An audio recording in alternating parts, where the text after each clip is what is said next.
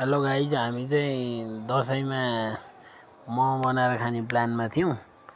अनि हामी चाहिँ मटन मोमो बनाउनको लागि किमा तयारी बनाउँदैछौँ। यो चाहिँ छाला र हड्डीलाई साइड लगाएर मासु मात्र चप गरेर किमा बनाउँछौँ हामी चाहिँ। यो किमा चाहिँ हामी चप गर्दैछौँ। यसलाई एकदम जति मसिनो बनायो त्यति राम्रो हुन्छ, त्यही भएर हामी फाइन तरिकाले चप गर्दैछौँ।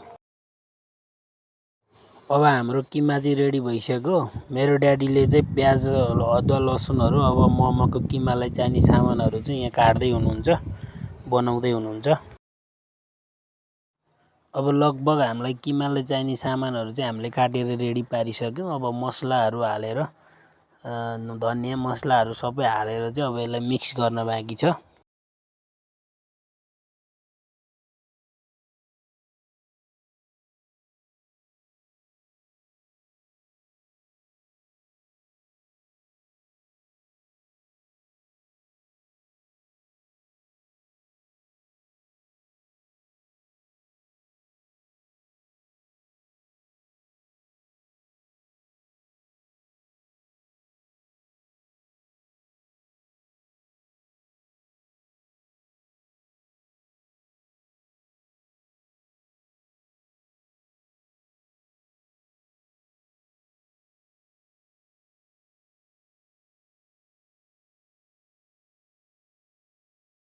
अब हाम्रो किमा तयारी भएपछि मोमोको डल्लाको लागि पनि हामीले पिठो मेरो ड्याडीले मुस्दै हुनुहुन्छ।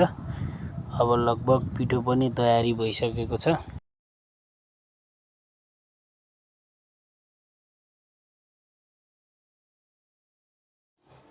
हाम्रो चाहिँ पिठो रेडी भएपछि यहाँ डल्ला कटिङ गरेर अब बेलेर चाहिँ हाम्रो मोमो बनाउने प्रक्रियामा छौँ हामी। मोमो अब रेडी बनाएर जालीमा हालेर स्टिम गर्ने हो। लगभग मोमोको तयारी भइसकेको अवस्था छ।